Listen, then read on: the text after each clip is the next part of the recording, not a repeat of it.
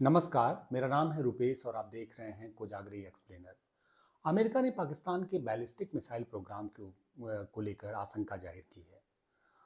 असल में बाइडेन प्रशासन के जो एनएसए हैं, डिप्टी एनएसए, उन्होंने इस पर एक बहुत ही स्ट्रॉन्ग कमेंट किया है। उन्होंने कहा है कि पाकिस्तान का जो बैलिस्टिक प्रोग्राम है, मिसाइल प्रोग्राम है, उससे अमेरिकी इंटरेस्ट को एक तरह से थ्रेट है। असल में अमेरिकी think tank agency Carnegie endowment के बैनर तले बाइडेन प्रशासन का एक कार्यक्रम था जिसमें अमेरिकी डिप्टी एनएसए मौजूद थे और उन्होंने ये कमेंट किया। अब सवाल ये पैदा होता है कि आखिर पाकिस्तान का वो मिसाइल प्रोग्राम कौन सा है जिसको लेके अमेरिका इस तरह की आशंका जाहिर कर रहा है। हालांकि जिस दिन ये कमेंट उन्होंने किया उसके 2 दिन पहले बाइडेन प्रशासन ने पाकिस्तान के बैलिस्टिक मिसाइल प्रोग्राम से जुड़े हुए 4 कंपनियों पे प्रतिबंध लगाया था। 4 संस्थाओं पे कह सकते हैं, उसमें कुछ सार्वजनिक क्षेत्र की भी कंपनियां थी। हालांकि पहली बार नहीं है, अमेरिका ऐसा तीसरी बार कर रहा है। वो लगातार इसके पहले 2 बार और उनकी तमाम संस्थाओं पे प्रतिबंध लगा चुके हैं। अब पूरी दुनिया की निगाह पाकिस्तान के जो ये मल्टीपल री एंट्री व्हीकल या एमआरवी की तरफ है। इन मिसाइल प्रोग्राम्स को लेके पाकिस्तान पे लगातार एक तरह से निगाहें रखी जा रही है और पाकिस्तान को कह दिया गया है बहुत स्पष्ट कि आप इसको कंट्रोल कीजिए। जाहिर सी बात है कि आने वाले समय में इस पे बहुत सी खबरें डेवलप होने वाली हैं और कुछ लोग इसमें कुछ दूसरी बातें भी कह रहे हैं। जो पाकिस्तान का एक तरह से थिंक टैंक है वो ये मानता है कि भारत का इन्फ्लुएंस बहुत ज़्यादा है यूएस में, और ये सब कुछ ये जो प्रतिबंध लग रहे हैं ये शायद भारत के प्रभाव की वजह से लग रहे हैं। कुछ लोगों का ये भी कहना है कि चूंकि भारत में एक ऐसी अमेरिका में एक ऐसी सरकार आने वाली है जिस सरकार का एक तरह से जिस पे भारतीय इन्फ्लुएंस बहुत ज़्यादा है और अभी भी बाइडेन प्रशासन में भारतीय इन्फ्लुएंस बहुत ज़्यादा है। तो कुछ पाकिस्तानी जो जाहिल विशेषज्ञ हैं वो ये समझ रहे हैं कि ये सब कुछ भारत के दबाव में हो रहा है। लेकिन जाहिर सी बात है कि भारत के लिए तो अब पाकिस्तान कोई मैटर नहीं रखता है और भारत सरकार लगातार मतलब इस बात के को एक तरह से ये बताने की कोशिश भी कर रही है। और दो दो बातें जो बहुत स्ट्रांग यहाँ पे एक कंसर्न है भारत के लिहाज से भी। एक तो पाकिस्तान की के बारे में कहा जा रहा है कि उनकी फाइनेंशियल सिचुएशन बहुत ख़राब है। अब आज के डेट में पाकिस्तान का जो जो फॉरेक्स रिजर्व है, जो विदेशी मुद्रा भंडार है, वो एक तरह से बिल्कुल जीरो पे है। उनके तमाम शिपमेंट तक फंस जा रहे हैं। ग्लोबल शिपमेंट को लेके वो पेमेंट करने की स्थिति में नहीं है। जो दूसरे देशों से जो आयात हो रहा है उसको पेमेंट करने की स्थिति में पाकिस्तान आज की डेट में नहीं है। ऐसे में पाकिस्तान के ऊपर इस तरह की आशंका जाहिर करना, और जाहिर सी बात है अमेरिका एक तरह से स्ट्रेटजिक पार्टनर रहा है पाकिस्तान के पास जो भी वेपन्स हैं या जो एक तरह से क्लासिकल वेपन्स हैं वो सब कुछ अमेरिका के द्वारा उपलब्ध कराए गए हैं अलग अलग समयों में, अलग अलग दौर में, जब वो एक स्ट्रेटजिक पार्टनर के तौर पे अमेरिका के साथ अफगानिस्तान या मिडिल ईस्ट के दूसरे प्रोग्राम्स के लिए अमेरिका का एक पार्टनर के तौर पे पाकिस्तान भूमिका निभा रहा था। अब जब अमेरिका ये कह रहा है कि पाकिस्तान के मिसाइल प्रोग्राम से उसको नुकसान हो सकता है, तो ये बहुत सस्पिशियस सी बात लग रही है। उस इसलिए लग रही है कि क्या कुछ ऐसा पक रहा है, क्या कुछ ऐसा चल रहा है जो जिसे लेकर अमेरिका के मन में डर है। और आप इसको समझिए, अमेरिका उस तरह का एक ग्लोबल प्लेयर है या एक ग्लोबल सुपर पावर है जो चीज़ों को बहुत दूर से समझने की कोशिश करता है। अगर उनको 10 साल बाद का कोई कंसर्न दिखाई पड़ा है तो वो आज से टोकना शुरू कर देते हैं। इसमें 2 बातें निकल के आ रही हैं सामने।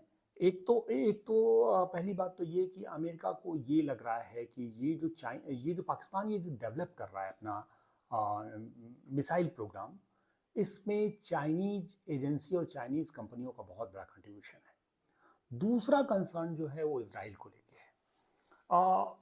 अभी तक पाकिस्तान के पास इस तरह की कोई क्षमता नहीं है, क्योंकि जैसे भारत जैसे देशों की बात की जाए तो भारत के पास तो इंटरकॉन्टिनेंटल मिसाइल्स की सुविधा है या उन टेक्नोलॉजी है। लेकिन पाकिस्तान की जो 2 बड़ी जो उनकी जो सबसे ज़्यादा सुप्रीम जो है वो है शाहीन 3 उसकी जो रेंज है वो 2075 तक वो बताते हैं। इसके बाद अबाबील है जो 2200 से ऊपर का रेंज है। हालांकि अब कहा जा रहा है कि जो सितंबर में जो रिपोर्ट आई 2021 में, उसमें कहा गया कि शाहीन 3 की जो रेंज है वो 2740 किलोमीटर के आसपास है। इसका मतलब नेक्स्ट रेंज में जब पाकिस्तान आगे बढ़ेगा तो वो 3000 प्लस या उसके ऊपर की मिसाइलों में सक्षम हो सकता है या डेवलप करने की स्थिति में हो सकता है। ऐसे में एक बहुत बड़ा कंसर्न इजराइल के लिए है। जाहिर सी बात है, गल्फ में जो हालात हैं, जिस तरह की स्थितियां हैं, और पाकिस्तान जिस तरह के स्ट्रेटजिक लोकेशन पे है, आप इसको समझने की ज़रूरत है। पाकिस्तान जिस तरह के स्ट्रेटजिक लोकेशन पे है वो एक तरह से पूरे के पूरे गल्फ या पूरे जो मध्य एशिया है या वेस्ट एशिया है या ट्रेड रूट है, इन सब के लिए पाकिस्तान की जो लोकेशन है वो बहुत स्ट्रेटजिक है।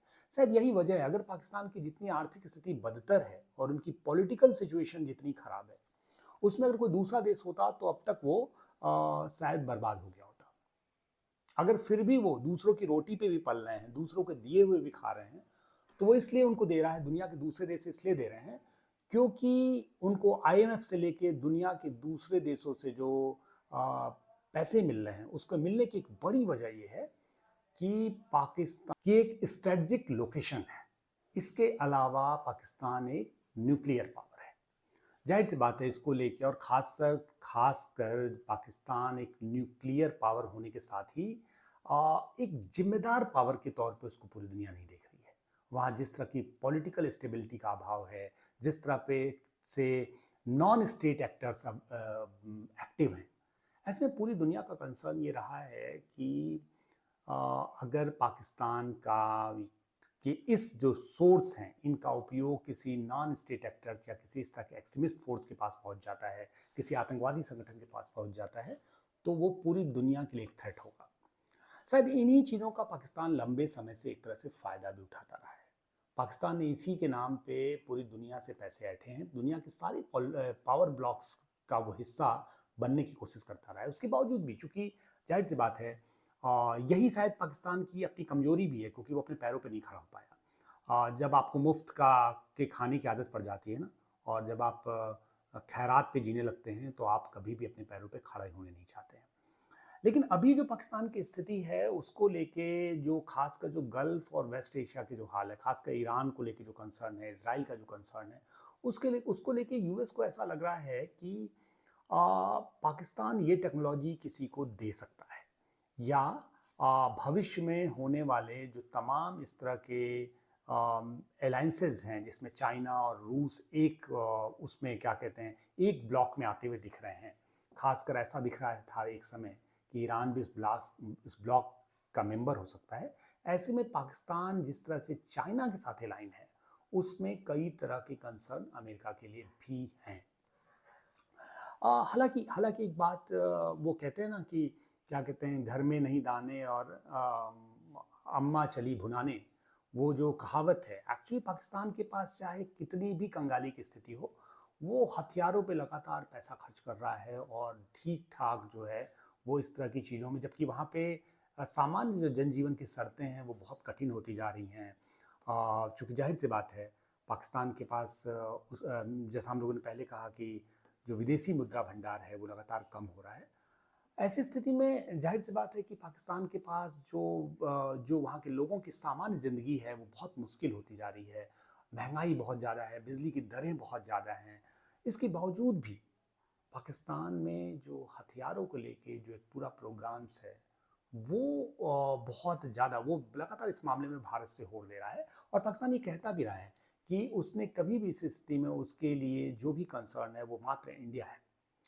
लेकिन जाहिर सी बात है कि सिर्फ हथियारों से अगर युद्ध होता तो शायद मतलब इस दुनिया में हथियार वाले ही सबसे ज़्यादा ताकतवर होते। लेकिन जिस तरह की जाहिलियत और जिस तरह से वहाँ पे पिछड़ापन है, एजुकेशन में जिस तरह का कोई मतलब इन्वेस्टमेंट नहीं है, एक भी अच्छे यूनिवर्सिटी या एक भी अच्छे इस तरह के संस्थान बनाने में पाकिस्तान फेल रहा है। ऐसे में एक बात तो तय है कि पाकिस्तान के लिए इस तरह के प्रोग्राम्स से भी बहुत कुछ हासिल नहीं होने वाला है। और जाहिर सी बात है, जिस तरह से अमेरिका ने उनके ऊपर एक्शन लिया है, जिस तरह से उनकी कंपनियों को उनकी संस्थाओं को प्रतिबंधित किया है, ऐसे में पाकिस्तान के लिए आने वाला समय या जो उनका न्यूक्लियर प्रोग्राम्स और जो मिसाइल प्रोग्राम्स है उसके ऊपर बहुत मुश्किल है उसमें आगे बढ़ पाना। और एक बहुत दिलचस्प बात आपको बताता हूँ मैं, लास्ट टाइम मार्च में या फरवरी में उन्होंने कुछ प्रोग्राम्स में इन मिसाइल्स को एक तरह से नुमाइश के तौर पर प्रस्तुत किया था, शाहीन 3 को। पूरी दुनिया में जो भी इस तरह के संस्थान हैं जो नज़र रखते हैं स्ट्रेटजिक कम्युनिकेशन के, उनकी नज़रें पाकिस्तान पे इस पे गई और उनको लगा कि पाकिस्तान अभी भी जो है, जबकि आईएमएफ जब उनको पैसे दे रहा है, वर्ल्ड बैंक जब उनको पैसे दे रहा है, या दुनिया की दूसरे संस्थाएं जब उन सबकी मदद कर रही है, तो इस शर्त के साथ कर रही है कि देखिए आप अपने जो दूसरे कंसर्न है उस पर काम कीजिए, आप अपने जो ह्यूमन इंडेक्स है उस पर काम कीजिए, आप एजुकेशन पे काम कीजिए, थोड़ी सी उदार नीतियों के साथ आप अपनी पॉलिसी बनाइए, आप जो है ये जो न्यूक्लियर प्रोग्राम्स और हथियार के प्रोग्राम्स हैं उनको कम कीजिए। लेकिन पाकिस्तान इसमें कहीं पे भी किसी देश से मानने वाला नहीं है। आज के कोजागरी एक्सप्लेनर में बस इतना ही। देखते रहिए कोजागरी। नमस्कार।